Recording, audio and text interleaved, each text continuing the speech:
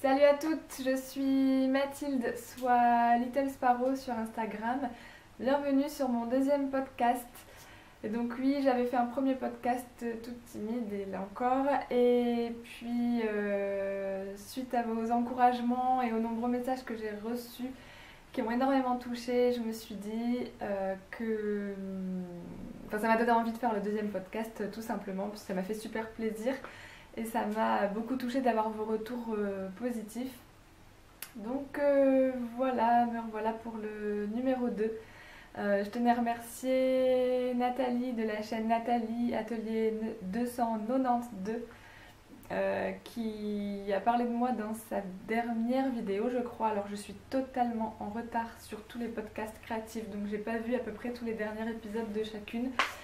Donc j'ai un gros retard et donc je crois que c'est sa dernière vidéo où elle a dit des choses sur moi qui m'ont énormément fait plaisir.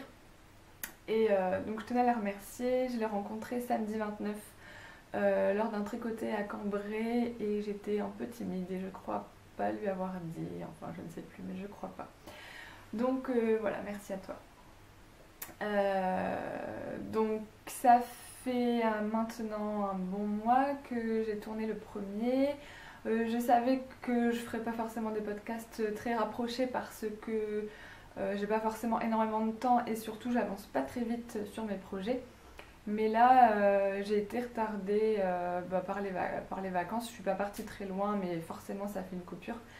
Et aussi ces derniers jours par le temps, par l'appareil photo qui se décharge le soir et du coup on peut pas recommencer le podcast et qu'on attend le lendemain. Non, en fait le lendemain on fait autre chose et puis voilà. Donc là j'ai un petit peu de temps pour filmer et je suis très contente. Pourquoi aussi je le fais un peu tard? Parce que ce mois d'août j'ai pas eu énormément de motivation pour coudre.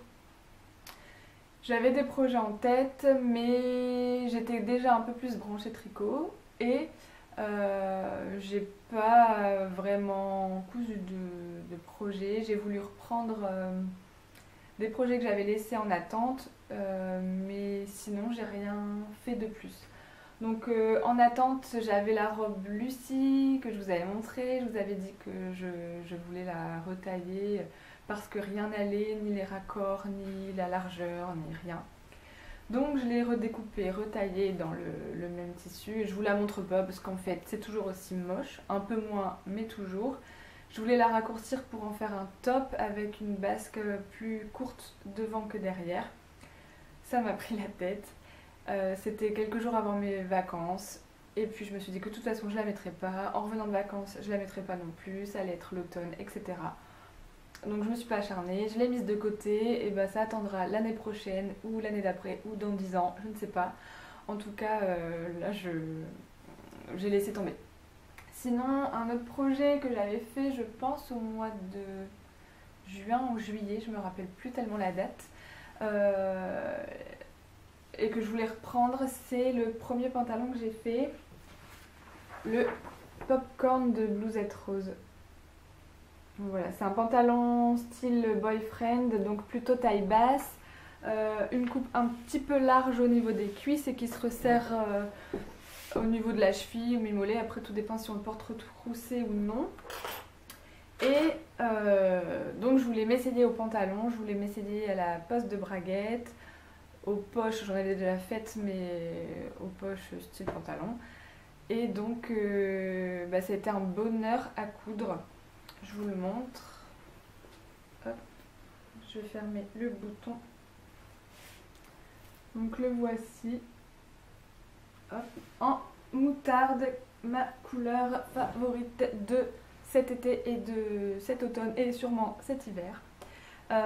Donc franchement le patron un bonheur, donc avec les petites poches, là on voit que la petite poche goussée, je ne sais plus comment ça s'appelle.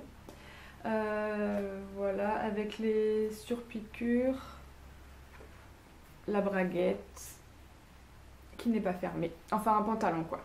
Et le souci c'est que je l'avais fait, en fait quand j'ai imprimé la planche en PDF, sur le carré 5 x 5 cm, je sais pas si je l'ai là, sur le carré test, En fait, le mien ne mesurait pas 5 x 5, il mesurait, je ne sais plus. En tout cas, ce qui est chouette, c'est que elle met ici l'équivalence en fonction de la taille de notre carré. Elle explique comment modifier l'échelle. Seulement, à partir de mon PC, enfin je l'ai imprimé à partir de ma tablette, je n'arrivais pas à modifier l'échelle.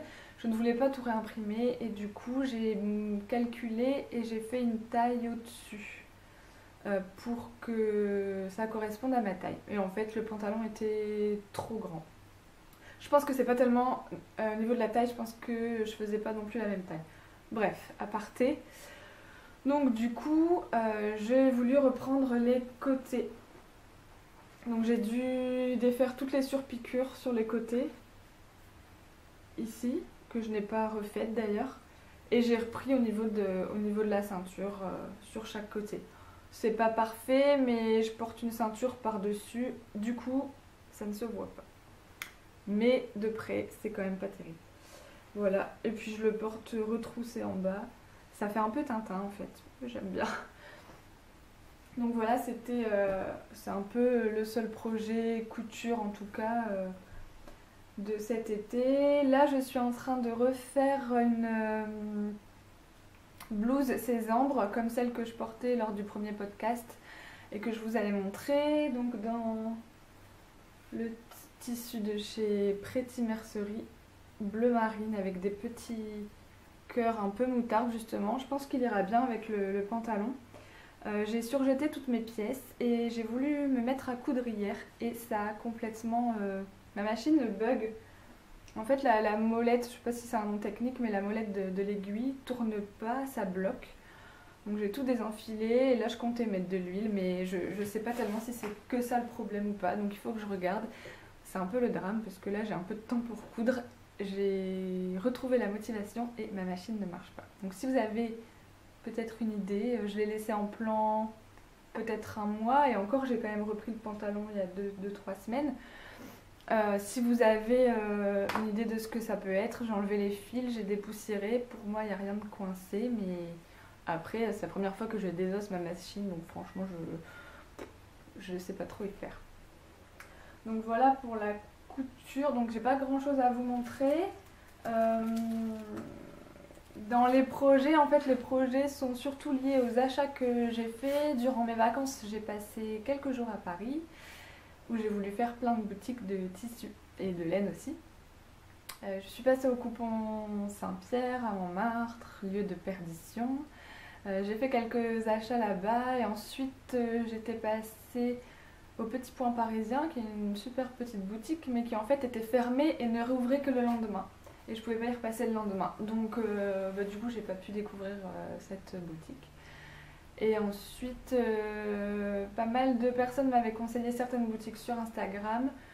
J'ai pas pu y aller et aussi entre deux j'ai craqué le sac comme on dit. Donc il y a certains endroits où je me suis abstenue de mettre les pieds pour ne pas à peu près dépenser tout mon salaire. Donc j'ai principalement acheté du tissu au coupon Saint-Pierre. Alors j'ai acheté du coton comme ça avec des petites étoiles et des petits pois blancs minuscules. Donc c'est des motifs assez petits. Donc là j'en ai eu 3 mètres comme tous les coupons au coupon Saint-Pierre. Et je pense tenter de faire une chemise dedans. J'ai pas encore fait de chemise. Il y a certains modèles qui me plaisent, mais bon là j'en ai pas du tout commandé encore. J'ai pas de patron type. Mais j'aimerais bien essayer. Je me dis que comme j'ai 3 mètres de tissu pour un prix raisonnable, si je me plante sur certaines pièces, je pense que je pourrais recouper et recommencer. Donc ça me motive bien de faire une chemise. Ensuite j'ai trouvé cette viscose un peu élastique mais qui en fait est transparente. Bon c'est pas... ouais c'est transparent. Par contre là j'ai pas de projet type. Je pensais une robe mais à voir parce qu'il faudra que je la double. Donc je sais pas trop encore, je pense que ce sera une robe. Et même s'il m'en reste pour faire une doublure de veste ou quoi, je trouve que c'est assez sympa. Et j'ai acheté un autre coupon de coton, donc avec des tout petits pois blancs de tailles différentes qui sont tout petit. Alors je suis c'est très noir et blanc, c'est plutôt triste en fait, avec des petits motifs. Bon, pour les tenues assorties, on repassera, hein. Je vous avais dit que c'était une galère et que je devais m'acheter des tissus unis, mais je n'achète jamais de tissus unis. En plus, je me suis dit, t'es à Paris, t'y vas pas souvent, enfin j'y vais quand même de temps en temps, mais bon, si tu veux acheter des tissus unis, tu peux aller chez toi, acheter du coton près de chez toi, etc. C'est pas la peine de transporter dans le train, etc. Des tissus unis que tu peux trouver près de chez toi en voiture et être peinard. Donc j'ai craqué pour des tissus à motifs que je mettrai avec, je ne sais pas. Ah oui, je vous ai pas dit, celui-ci en fait j'ai bien envie de tenter de faire la salopette Turia de Pauline Yalis. Alors, j'ai peur que ce soit too much avec les motifs, mais franchement, je me dis pourquoi pas.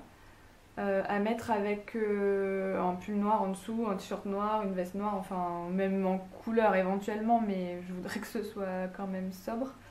Et bon, c'est comme c'est des tout petits motifs à voir, mais le projet n'est pas défini, mais ça me tente bien. Donc il faut que je mette tout ça au lavage et puis que j'y réfléchisse.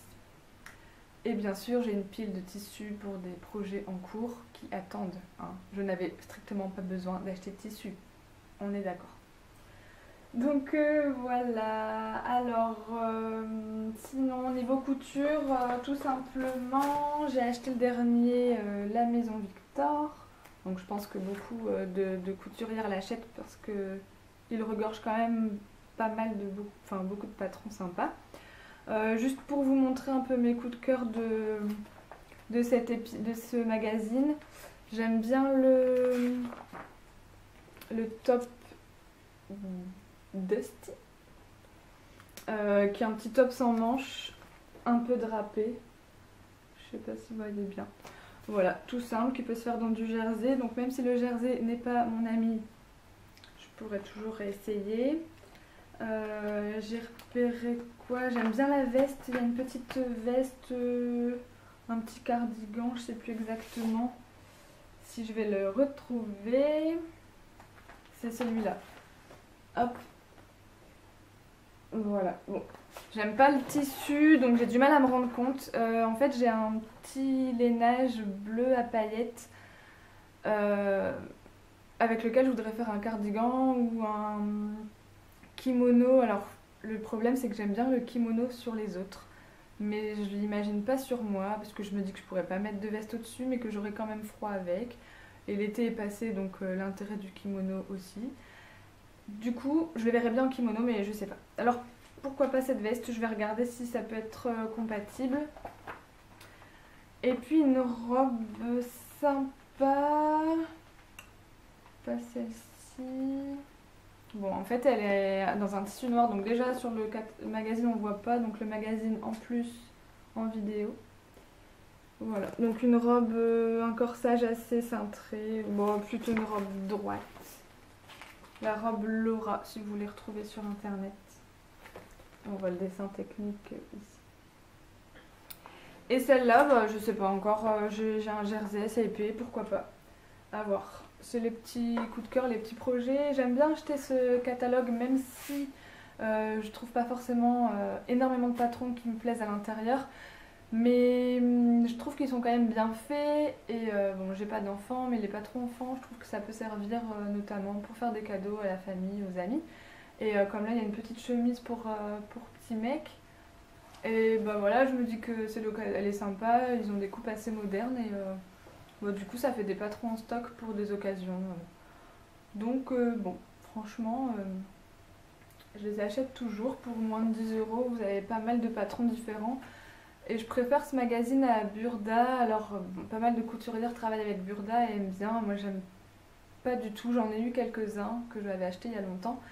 Le problème, c'est que quand je les regarde, quand je feuillette les magazines pour y trouver des choses, j'ai l'impression, alors je suis pas une experte, hein, mais j'ai l'impression qu'il y a 2 ou 3 modèles et qui sont déclinés dans toutes les tailles de manches et toutes les hauteurs de jupe, et avec toujours plein de volants, et j'arrive pas à imaginer le projet avec des modifications, avec un autre tissu. Je me projette pas du tout dans leur modèle.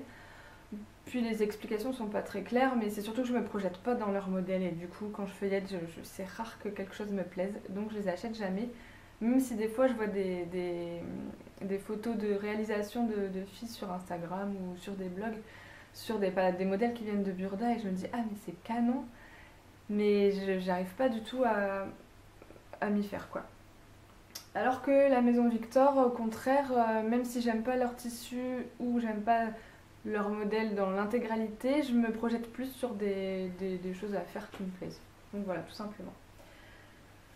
Donc c'est tout. Je pense que c'est tout pour la couture. J'ai l'impression de parler super vite, mais je crois que ma caméra va couper. Et comme j'ai déjà tourné cette vidéo, en fait, je suis speed parce que je veux pas que ça coupe. Mais je pense que je suis rapide. Je vais respirer. Donc pour le tricot maintenant.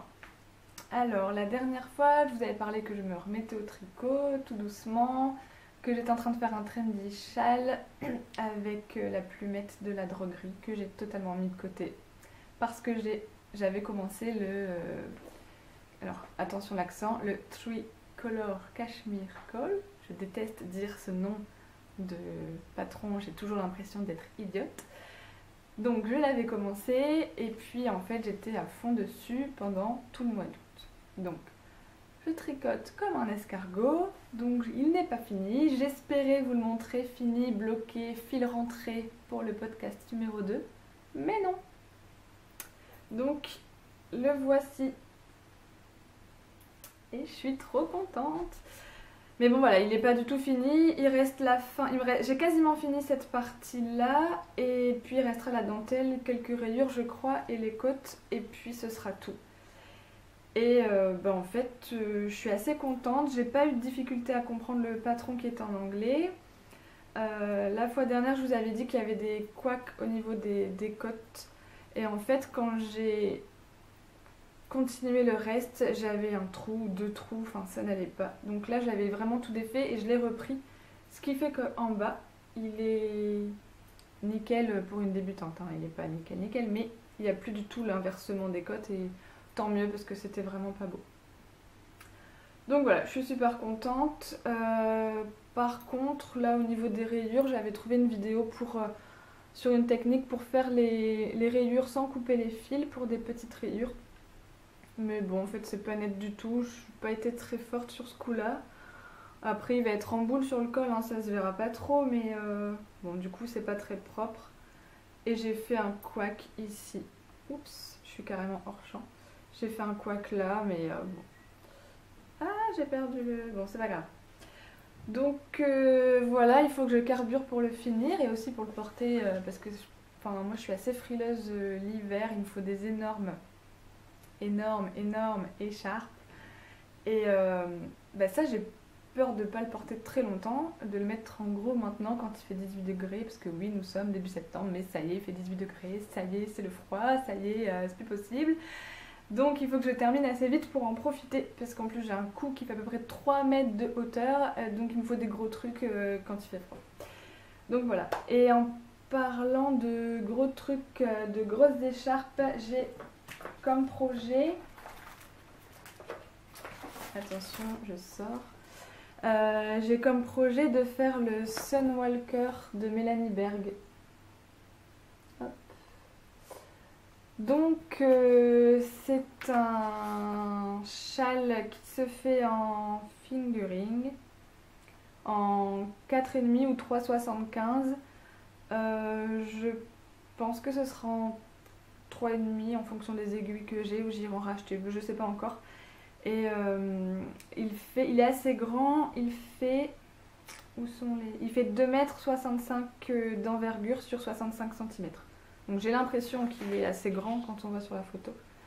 J'espère que ce sera le cas. Bon, par contre j'espère que je le finirai pas dans 15 ans, hein, que je pourrai en profiter quand même pour la fin de l'automne. Et je suis allée chez L'Île Oiselle à Paris chercher de la laine. J'ai dû passer une demi-journée dans la boutique. Non, j'exagère, j'ai dû passer 1 heure.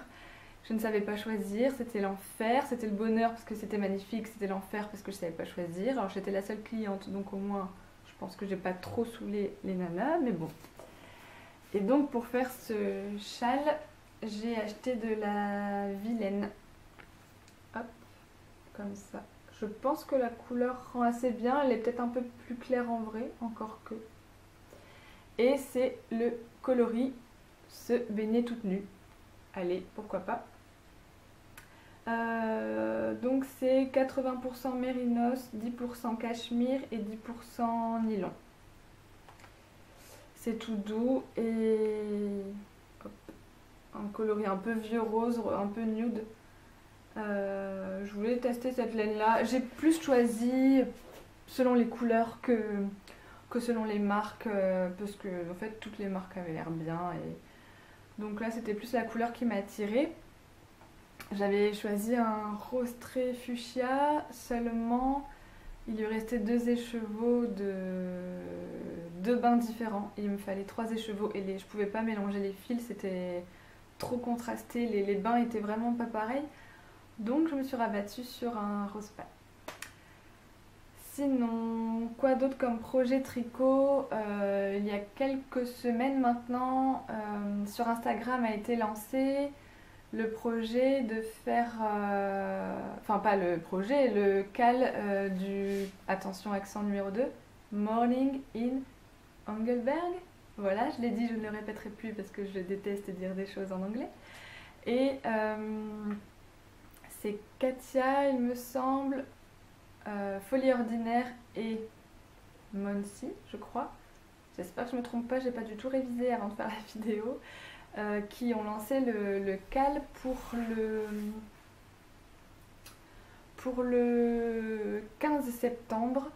Et en fait, c'est un pull que j'avais repéré depuis pas mal de temps. Et bien sûr, comme je n'ai pas préparé, j'ai pas acheté le patron encore. Et du coup, j'ai pas le visuel. Je vais essayer de remettre la photo. Mais de toute façon, je pense que beaucoup d'entre vous l'avez déjà vu tourner sur les réseaux sociaux ou sur Ravelry. Et j'avais repéré depuis un moment et je me suis dit que le cal c'était l'occasion de me lancer. Comme il commençait le 15 septembre, c'était une date à laquelle je pouvais m'y mettre.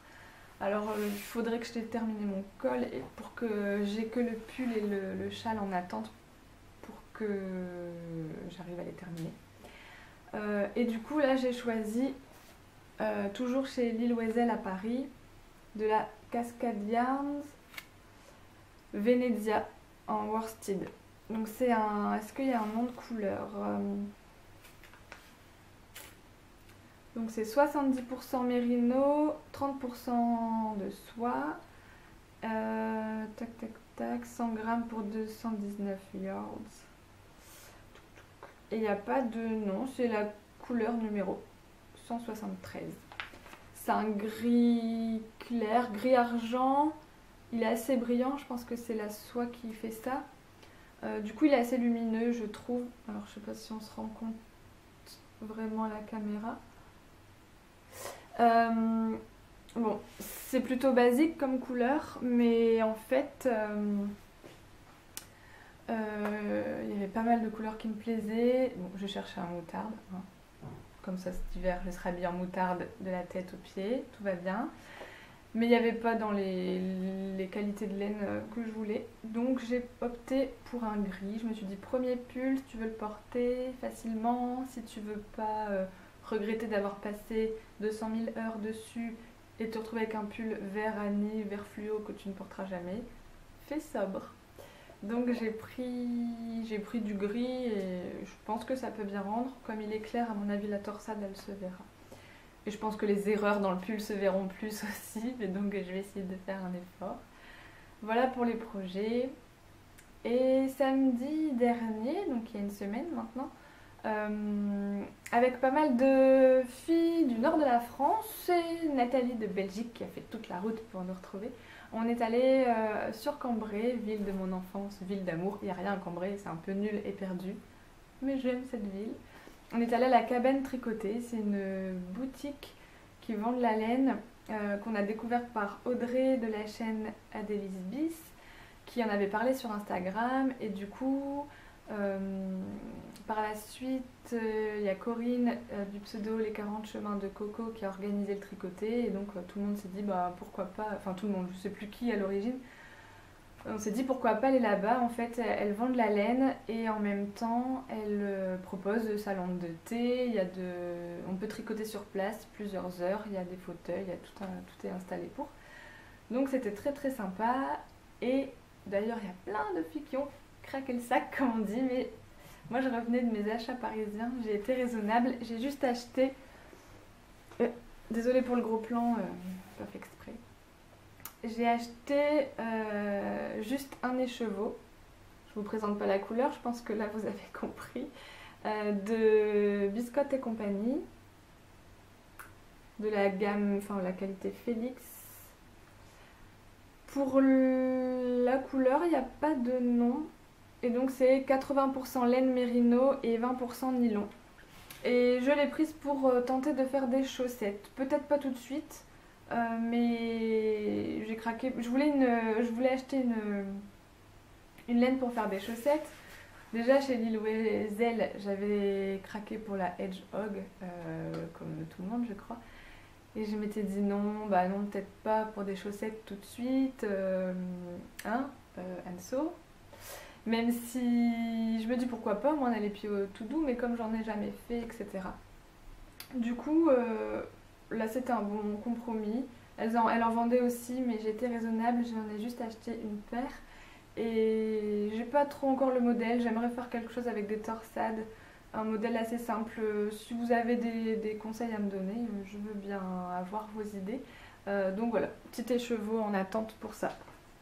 Oui, alors au départ j'avais tout mis là pour pas faire de gros plans et être organisée pour vous les montrer, mais en fait j'ai tout rangé entre deux et puis voilà. Donc c'est à peu près tout, c'est un podcast qui était assez rapide, je pense, et voilà, je vais faire vite, je crois que mon appareil photo va arrêter de filmer. J'espère que ça vous a plu, je vous remercie d'avoir regardé jusque là si c'est le cas. Au fait, j'ai mis à jour mon profil Ravelry qui n'est pas complet encore, mais vous pouvez me retrouver, mon pseudo c'est Little Sparrow Knit. Voilà, ouais, tout était pris, etc. J'ai mis ça comme pseudo. Je vous mettrai tout ça dans la barre d'infos. Écoutez, je vous fais à toutes et à tous peut-être des gros bisous. Et puis j'espère vous retrouver très vite avec des projets un peu plus aboutis que là cette fois-ci.